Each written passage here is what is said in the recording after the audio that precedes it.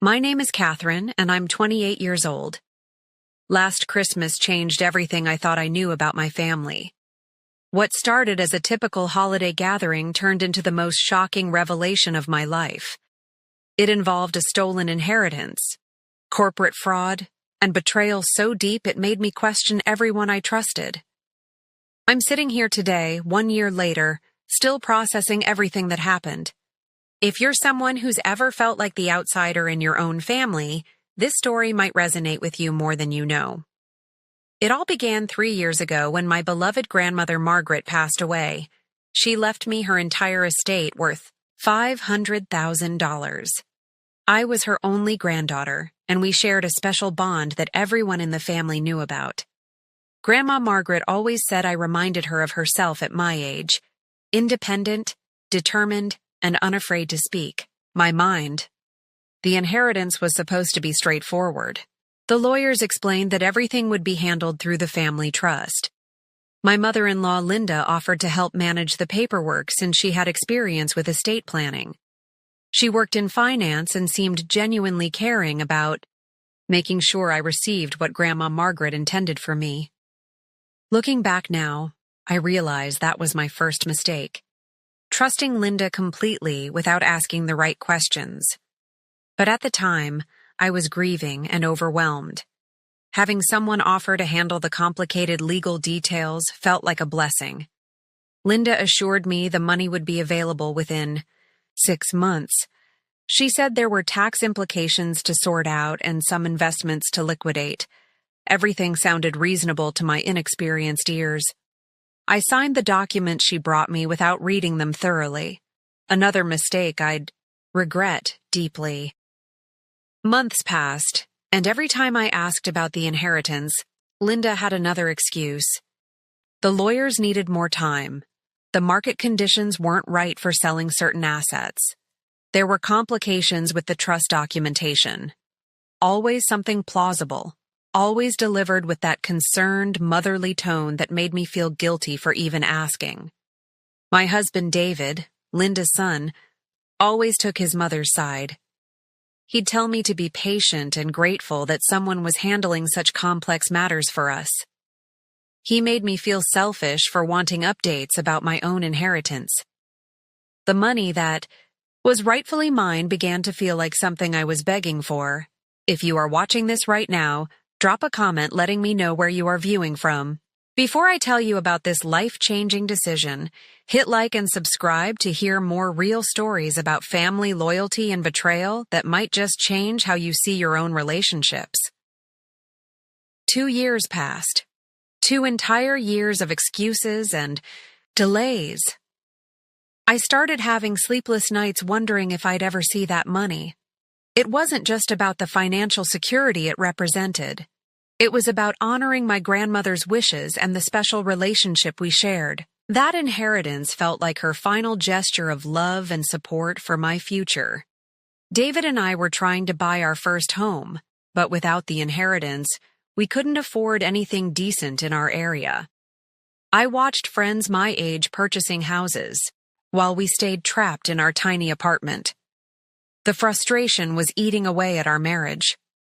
Every conversation about money ended in arguments about why we couldn't access what was supposedly mine.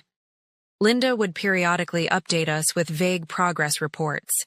She'd mention meetings with lawyers or complications with government regulations. She always spoke with such authority about financial matters that questioning her felt impossible. Who was I, a marketing coordinator, to doubt someone with decades of experience in finance? But something inside me started to shift during that second year of waiting. Maybe it was the way Linda's explanations became increasingly elaborate. Maybe it was how defensive she got when I asked for documentation. Or maybe it was the nagging feeling that Grandma Margaret would never have created such a complicated arrangement for a simple inheritance. I began to notice other things too. Linda had recently renovated her kitchen with expensive granite countertops. She and my father-in-law Robert took 2 luxury vacations that year. She bought a new car, paying cash according to David. All of this while claiming my inheritance was tied up in complex legal proceedings. The breaking point came during a family barbecue last summer. Linda was showing off photos from their European cruise, talking about how wonderful it was to finally have financial freedom after years of careful saving. Something in her tone, the way she emphasized financial freedom, made my stomach drop. A terrible suspicion began forming in my mind. That night, I made a decision that would change everything. I was going to hire my own lawyer and investigate exactly what happened to my inheritance. I needed to know the truth, no matter how painful it might be. What I discovered would shatter my understanding of my marriage, my family, and my own judgment about people I thought I could trust. To understand how devastating Linda's betrayal truly was, I need to tell you about our family dynamics before everything fell apart. When David and I got married 4 years ago, I genuinely believed I was gaining not just a husband, but a loving, extended family. How wrong I was about some of them. Linda presented herself as the perfect mother-in-law from day one. She helped plan our wedding, offering to handle vendor communications and budget tracking. She seemed genuinely excited to have a daughter-in-law, and often told people how happy she was that David found someone like me. She'd call me independently of David, asking about work or inviting me to lunch. I felt truly welcomed into their family circle. My father-in-law, Robert, was quieter but equally welcoming. He worked as an engineer for a large construction company and had a dry sense of humor that reminded me of my own father. Robert and Linda had been married for 32 years and seemed to have a stable, comfortable relationship. They lived in a modest 2-story house in the suburbs and drove practical cars. Nothing about their lifestyle suggested they had significant wealth or financial stress. David was their only child, which explained why Linda was so invested in our relationship. She'd waited years for grandchildren and made no secret of her hopes for us to start a family soon. This added another layer of complexity to my growing suspicions about the inheritance. If Linda had stolen from me, she was stealing from her future grandchildren's security too. My own family situation made Linda's apparent caring even more meaningful to me. My parents lived across the country, and I saw them maybe twice a year. My mother had her own career demands, and we'd never been particularly close. Having Linda show such interest in my life filled an emotional need I hadn't even realized existed. But there were other family members whose reactions to the inheritance situation should have warned me something was wrong. David's Aunt Carol, Linda's younger sister, worked as a paralegal at a law firm. During family gatherings, she'd ask me pointed questions about the estate settlement that made me uncomfortable. Her questions suggested she knew more about inheritance law than Linda was letting on. Carol's husband, Mike, was a small business owner who dealt with his own family estate issues. He once pulled me aside at a birthday party and warned me to get independent legal advice about any inheritance delays. He said family members handling estates could sometimes make mistakes that were expensive to fix later. At the time, I thought he was just being overcautious. Then there was David's cousin Jennifer, Linda's brother's daughter. Jennifer worked in banking and had strong opinions about financial planning. She seemed genuinely puzzled when I mentioned the long delays with my inheritance. She said most estate settlements she'd seen were completed within 12 months, unless there were major legal complications. Her confusion planted seeds of doubt that I tried to ignore. The most telling reaction came from Linda's own mother, Grandma Rose. She was in her 80s, but still sharp as a tack when it came to money matters. During last year's Easter dinner, she asked me directly about my grandmother's inheritance. When I explained about the ongoing delays, she gave Linda a look I couldn't quite interpret. Later, she pulled me aside and suggested I might want to check on things personally, because sometimes family business gets complicated. Have you ever had that feeling where everyone around you seems to know something you don't? That's exactly how I started feeling about my own inheritance. Family conversations would stop when I entered rooms. People would exchange glances when the topic of money came up. I felt like there was some secret everyone shared except me. David's reaction to my growing concerns was the most hurtful part. Instead of supporting my right to ask questions about my own inheritance, he consistently defended his mother's handling of the situation. He'd accuse me of being impatient and ungrateful. He said I was creating family drama over money, which he found distasteful. His loyalty to his mother over his wife's legitimate concerns damaged our relationship in ways I'm still processing. Looking back, I realized David might have known more than he let on. There were times when he'd quickly change the subject if I brought up specific questions about the estate. He'd get defensive in ways that suggested guilt, rather than mere frustration with my persistence. But I was so focused on trusting my husband that I ignored these red flags. The family member who ultimately proved most valuable was someone I'd barely considered important before. David's Uncle Tom, Robert's brother, worked as an accountant. Tom rarely spoke at family gatherings, preferring to listen rather than participate in conversations.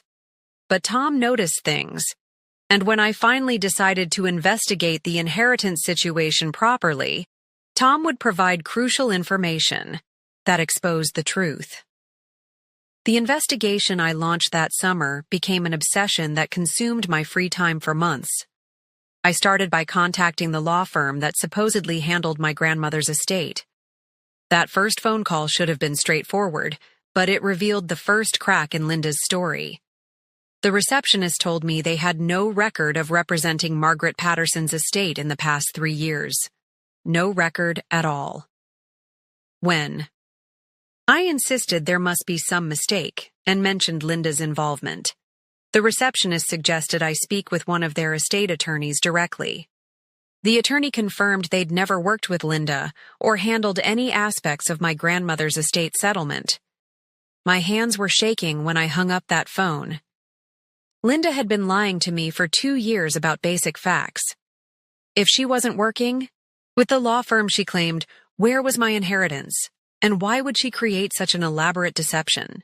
I decided to hire my own estate attorney, Sarah Chen, who came highly recommended by a colleague at work. Sarah was direct and thorough in ways that immediately impressed me. She asked pointed questions about every document I'd signed and every conversation I'd had with Linda about the inheritance. Her professional skepticism validated my growing concerns. Sarah's investigation revealed shocking facts. My grandmother's estate had been settled within 8 months of her death. The money had been distributed exactly as the will specified, with the full $500,000 going into a trust account designated for me. But here's where it got complicated. Linda had been designated as the trustee with authority to manage the funds until I turned 30. The trustee arrangement itself wasn't unusual, Sarah explained. Many estates include age-based distributions to protect younger beneficiaries from financial mistakes. But Linda had exceeded her authority as trustee by moving my money into investments, without my knowledge or consent. She'd also failed to provide me with required annual statements about the trust's performance and status. Most disturbing of all, Sarah discovered that Linda had established a business partnership using money from my trust as startup capital. The company was called Patterson Consulting Services, a financial planning firm that Linda operated from, a rented office across town. She'd essentially used my inheritance to launch her own business venture. Have you ever felt like the ground was disappearing beneath your feet? That's exactly how I felt when Sarah showed me the business registration documents. My grandmother's name was even incorporated into Linda's company name, as if she was honoring her memory while stealing from her legacy. The more I learned, the angrier I became. Linda hadn't just stolen money from me. She'd stolen 2 years of my life, filling them with lies and gaslighting that made me doubt my own judgment. She'd damaged my marriage by forcing me to choose between trusting her or trusting my instincts. and she'd dishonored my grandmother's memory by using her generous gift for personal gain. But anger wasn't enough. I needed a strategy to confront Linda and recover my money. Sarah advised me to gather as much evidence as possible before confronting anyone in the family. We needed documentation of every lie Linda had told and every unauthorized transaction she'd made with my funds. The investigation also revealed information about other family members' knowledge of the situation. Uncle Tom, the quiet accountant, had actually prepared some tax documents for Linda's business. When I approached him carefully, he admitted he'd been uncomfortable with the arrangement, but hadn't felt it was his place to interfere in family matters. Tom's revelation added another layer of betrayal to the situation. Multiple family members had known about Linda's misuse of my inheritance, but no one had warned me. They'd watched me struggle with anxiety and financial stress while keeping quiet about information that could have resolved everything immediately. Jennifer, David's cousin who worked in banking, also admitted she'd suspected something was wrong. She'd seen some of Linda's business transactions and recognized the amounts as suspicious given the timing of my grandmother's death. But like Tom, she'd chosen family loyalty over truth-telling, leaving me to suffer in ignorance. The most painful discovery was that David almost certainly knew about his mother's business venture. Bank records showed regular transfers between our joint account and Patterson Consulting Services. David had been helping fund his mother's business with money from his own salary, probably because he felt guilty about her using my inheritance as startup capital. This meant my husband had been lying to me for over a year about his mother's business activities. Every time he defended her delays and excuses, he knew she was actively using my money to build her own financial security. The betrayal felt almost worse than Linda's theft because it came from the person I'd trusted most completely. By November, I had enough evidence to confront Linda directly, but I wanted the confrontation to happen in front of the entire family. They needed to understand the scope of her deception and their own complicity in covering it up. Christmas dinner at Linda and Robert's house was supposed to be our traditional family celebration. Everyone would be there. David's parents, his, Aunt Carol and Uncle Mike, Cousin Jennifer, Uncle Tom, and Grandma Rose. I'd been planning this confrontation for weeks, but my heart was still racing when we pulled into their driveway. David noticed I seemed tense during the drive over. He asked if I was feeling all right, probably expecting me to mention work stress or holiday anxiety. I told him I was fine, just thinking about some important family business that needed discussion. He had no idea what was coming. The first hour of dinner proceeded normally. Linda had outdone herself with the meal preparation, and everyone complimented her cooking. She seemed particularly pleased with herself, talking about how wonderful it was to host family gatherings in their newly renovated dining room. The irony wasn't lost on me, knowing my money had probably paid for those renovations. I waited until after the main course, when everyone was relaxed and gathered around the table.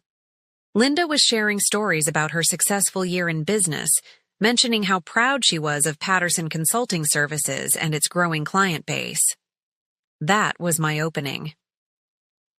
"Linda, I'm so glad you brought up your business," I said, keeping my voice steady despite my pounding heart. "I've been meaning to ask you about Patterson Consulting Services for months now." The room went quiet. Linda's smile faltered slightly, but she tried to maintain her composure. "Oh, it's just a small financial planning practice," she said dismissively. "Nothing too exciting to discuss at Christmas dinner." "Actually, I think everyone here would be interested to know how you funded your startup," I continued, pulling out the folder of documents Sarah had prepared. "Especially since you used my $500,000 inheritance as your initial investment capital. If you could have heard a pin drop, you would have in that moment." David's face went completely white. Robert set down his wine glass with shaking hands. Aunt Carol's mouth fell open in genuine shock. Linda tried to recover quickly.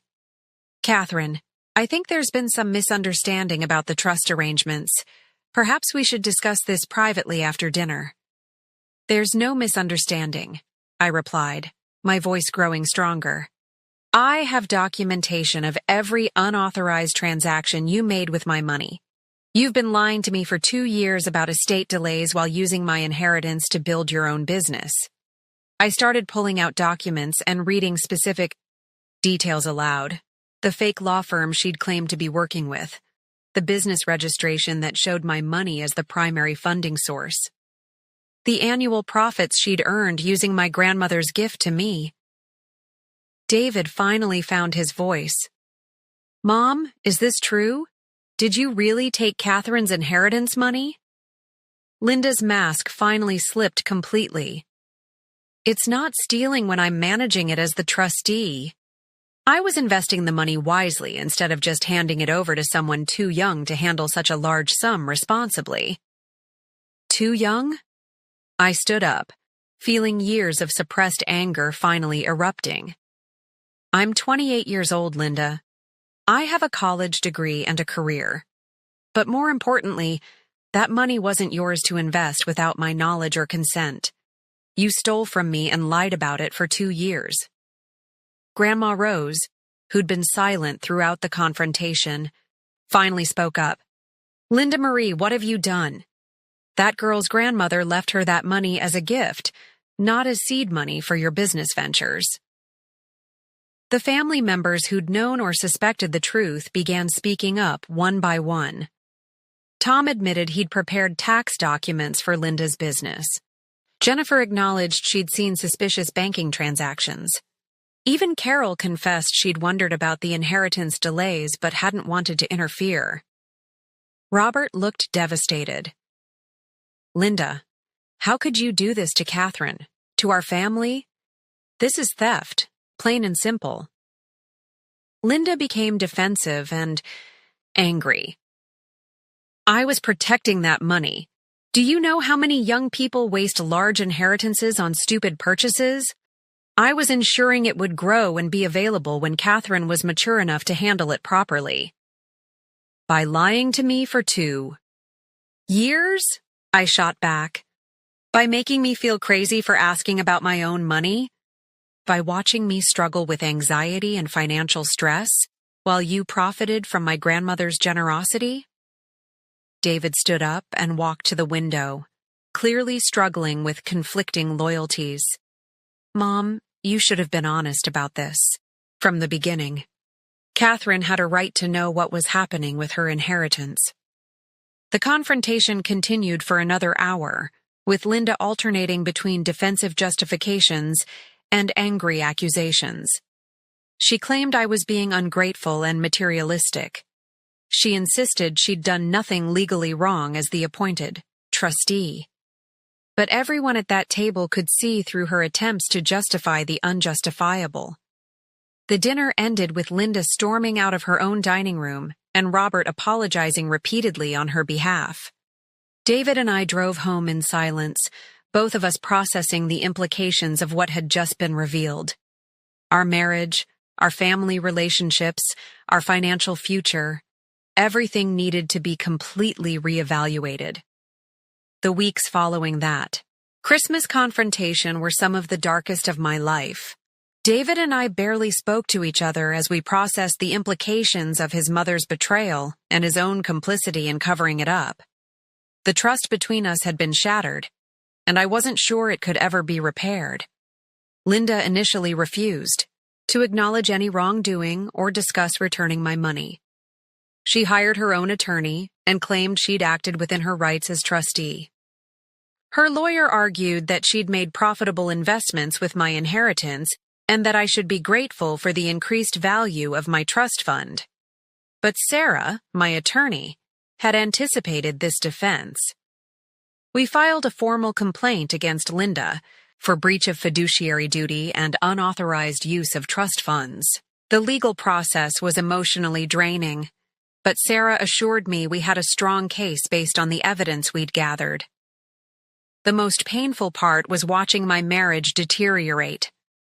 David struggled with guilt about his knowledge of his mother's activities, but he also felt caught between loyalty to his family and loyalty to me. He'd grown up believing his mother could do no wrong, and accepting that she'd stolen from his wife challenged his entire worldview. We started marriage counseling in January, hoping a neutral professional could help us navigate the complex emotions surrounding the situation. Our counselor, Dr. Martinez, helped David understand that supporting his wife didn't mean betraying his mother, and that acknowledging wrongdoing was different from abandoning family loyalty. The breakthrough in our relationship came when David finally decided to confront his mother directly about her lies. He visited her alone and demanded she explain her actions without trying to justify them. According to David, Linda broke down and admitted she'd been struggling financially for years before my grandmother died. Robert had been laid off from his engineering job 2 years earlier, though they'd hidden this from the family. Linda's entry into financial planning was meant to be their solution to mounting debts and retirement concerns. When she became trustee of my inheritance, the temptation to use some of those funds to stabilize their situation proved overwhelming. This revelation didn't excuse Linda's actions, but it helped explain them in more human terms. She wasn't a cartoon villain stealing from family members for luxury purchases. She was a scared woman facing financial ruin, who made increasingly bad decisions to cover up earlier mistakes. Understanding her motivations made forgiveness possible, though not immediate. I spent months working through my anger and sense of betrayal with a therapist of my own. Dr. Peterson helped me process not just Linda's theft, but my own feelings of guilt about trusting her so completely and ignoring warning signs. If you're someone who's experienced betrayal by trusted family members, you know how it shakes your faith in your own judgment.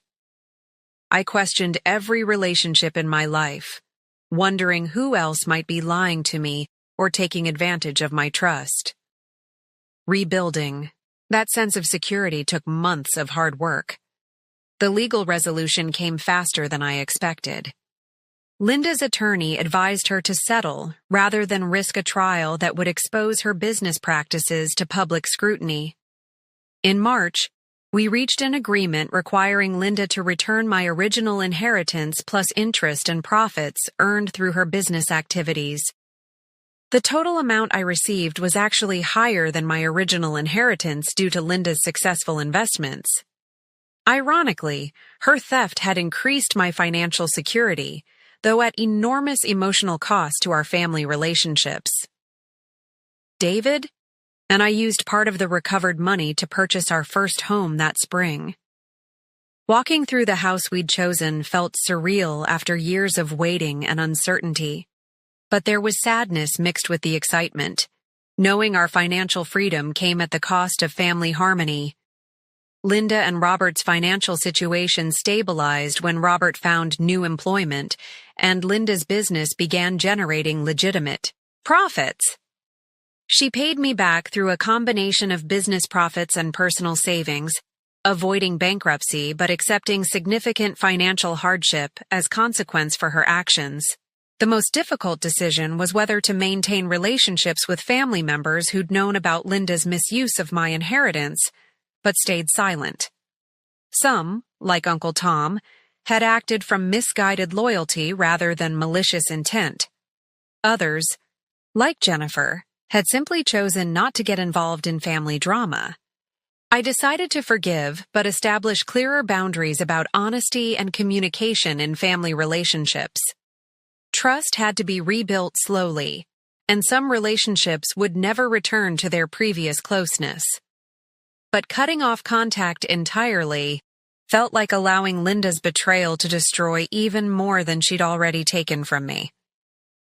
1 year later, I'm in a completely different place emotionally and financially. But the journey to get here taught me valuable lessons about trust, family loyalty, and standing up for myself that I'll carry forward for the rest of my life. Sitting here today, exactly 1 year after that life-changing Christmas dinner, I can honestly say I'm grateful for everything that happened, even the painful parts. That might sound strange, but let me explain why discovering my mother-in-law's betrayal ultimately transformed my life for the better. First, I learned the critical importance of trusting my instincts. For 2 years, I had this nagging feeling that something wasn't right about the inheritance delays, but I let other people convince me to ignore my gut reactions. I was so focused on being a good daughter-in-law and avoiding family conflict that I dismissed my own legitimate concerns. Now I know better. Have you ever ignored warning signs because you wanted to trust someone? If so, share your experience in the comments. Sometimes we need to hear other people's stories to validate our own experiences and learn from them. My relationship with David survived, but it's fundamentally different now. We had to rebuild trust from the ground up, which was incredibly difficult but ultimately made our marriage stronger. David learned that supporting his wife means believing her concerns even when they conflict with family loyalty. I learned that marriage requires both partners to choose each other over their families of origin when necessary. We're expecting our first child this summer, which adds another layer of meaning to the inheritance recovery. That money will help provide security for our growing family, just as my grandmother intended. But more importantly, our child will grow up in a household where honesty is valued over harmony, and where standing up for what's right matters more than avoiding difficult conversations. My relationship with Linda will never be the same, and I've made peace with that reality. We maintain cordial contact for David's sake and for family gatherings, but the deep trust I once had for her is gone permanently. She's made efforts to apologize and rebuild our relationship, but some betrayals change people in ways that can't be undone. Linda's business, Patterson Consulting Services, is actually thriving now that it's operating ethically. She's built a solid reputation in financial planning and seems genuinely committed to helping her clients make wise decisions with their money. The irony is that she probably could have succeeded without stealing from me if she'd been patient and honest from the beginning. Robert and Linda's marriage survived the crisis, though they've had to work through significant trust issues of their own. Robert felt betrayed by Linda's lies just as much as I did, and he struggled with guilt about not recognizing the signs of her financial deception earlier. If you've made it this far in my story, I want to ask you something important. Have you ever been in a situation where family members knew something that affected your life, but chose not to tell you? How did you handle learning that information secondhand? Drop a comment and share your experience, because these situations are more common than we like to admit. The most valuable lesson I learned is that setting boundaries with family members isn't selfish or disloyal. It's necessary for maintaining healthy relationships built on mutual respect. I now insist on transparency in financial matters and direct communication about issues that affect me personally. I also learned the importance of having independent professional advisors who work solely in my interests. Sarah, my attorney, became not just my legal representative but my advocate in ways that family members couldn't be due to their conflicting loyalties. Sometimes we need outside perspectives to see situations clearly. For anyone watching this, who's dealing with family financial disputes or inheritance issues, my biggest advice is to trust your instincts and get professional help early. Don't let family relationships pressure you into accepting situations that feel wrong. You have every right to ask questions about your own financial interests, regardless of who might be offended by your inquiries. Before I end this story, I want to address those of you who might be thinking about how you'd handle a similar situation. Would you confront a family member publicly like I did? Would you try to handle it privately first? There's no right answer, but I believe some betrayals deserve public acknowledgement, especially when multiple family members were complicit in the deception.